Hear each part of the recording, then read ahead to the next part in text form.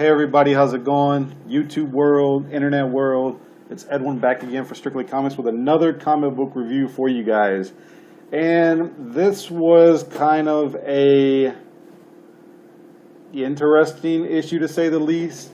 What we have here is another image number one, and as you guys know, I always say anytime you get a chance to pick up an image number one, pick it up. I have kind of mixed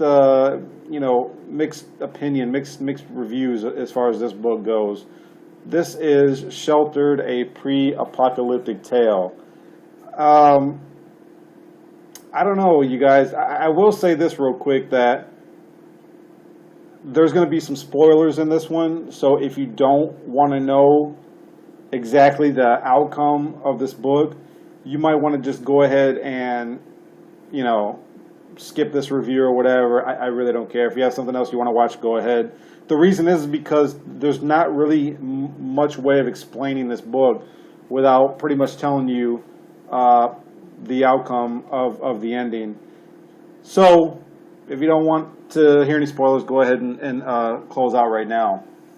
What we have here is a comic book that has to do with the end times, and these people are basically prepping, getting food, clothing, necessities to survive whatever end they are expecting to come.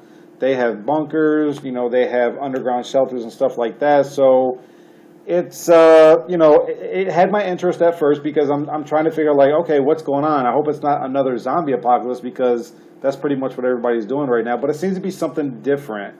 And what's going on in here is that they seem to be pretty organized, this community, but at the same time, there's some characters within the story that it still hasn't really hit them yet, that, we're trying to do this without really everybody knowing that we're doing this, because as you guys know, when you're in apocalyptic situations, you don't always have to deal with whatever threat lies with the apocalyptic scenario. You have to also deal with people that are trying to survive and people that would do crazy things and basically anything to survive.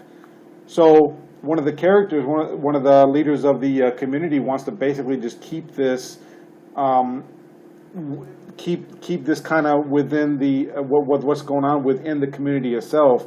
One of the organizers wants to submit some of the papers to the government and wants to give them their permits and all that stuff. And this guy's like, no. That's how we keep it a secret, by not going through all the proper paperwork and going through all that red tape.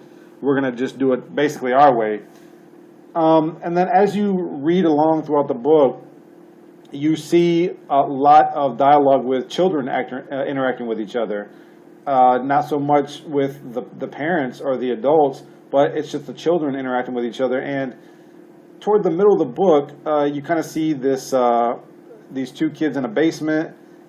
One's on a computer, one's reading, and you could pretty much tell they're in their sheltered area underground.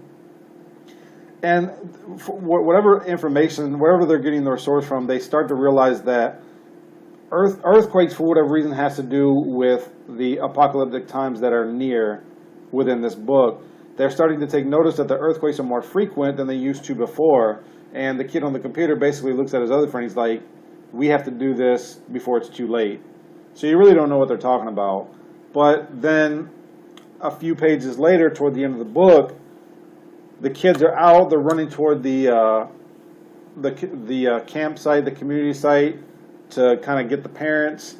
And the guy who is in charge of the community kind of positions people to where they should be and where they should go, and who's going to go with him to go check out one of the other community group members that was shot.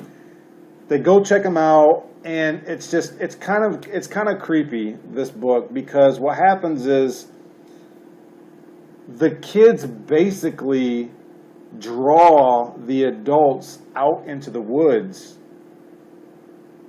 and the kids put guns to all the parents' head basically, and is like, you guys need to die in order for us to survive. And the kids shoot all the adults. So it's pretty horrifying, and it's somewhat dark. And even one kid, they seem to have a clear understanding of what lies ahead. And even though this might be a hard decision for them, they just feel like there's no other option except to do this. And even one of the characters, he even shoots his own dad. I'm like, my gosh, are you serious? So, I don't know if I want to keep reading this.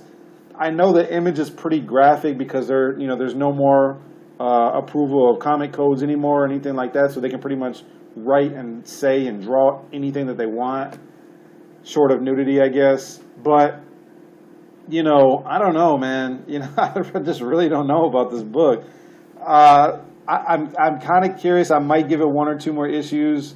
I really don't know. I might even just not pick it up and just watch reviews of the next 2 or 3 issues. So I don't know, you guys. You guys comment to me, and actually let me know what you thought of this book, because really I am interested to see what you guys have to say about this book. Like I said, I have mixed thoughts about it. I just really don't know what to say because of that. And I feel like the sketchy kind of gritty artwork obviously went with the way that the flow of the story was going. So I kind of saw why they were going with the artwork that they were going with, or of course the artist that they chose for this book. But yeah, let me know what you guys think. I think I'll give it a 3 out of 5. It wasn't horrible, but it wasn't great either. So that's why I kind of give it a 3 out of 5. It's definitely somewhat unique, but kids blowing the heads off of adults, and especially one kid shooting his own dad in the head, I don't know, you guys. There's really enough violence going on, and I feel like some people just kind of go to the extreme just to get the attention of readers, and will basically almost do or say anything just to sell comics. And I'm thinking, like, I think that you could be a little bit more creative to find a good story to write.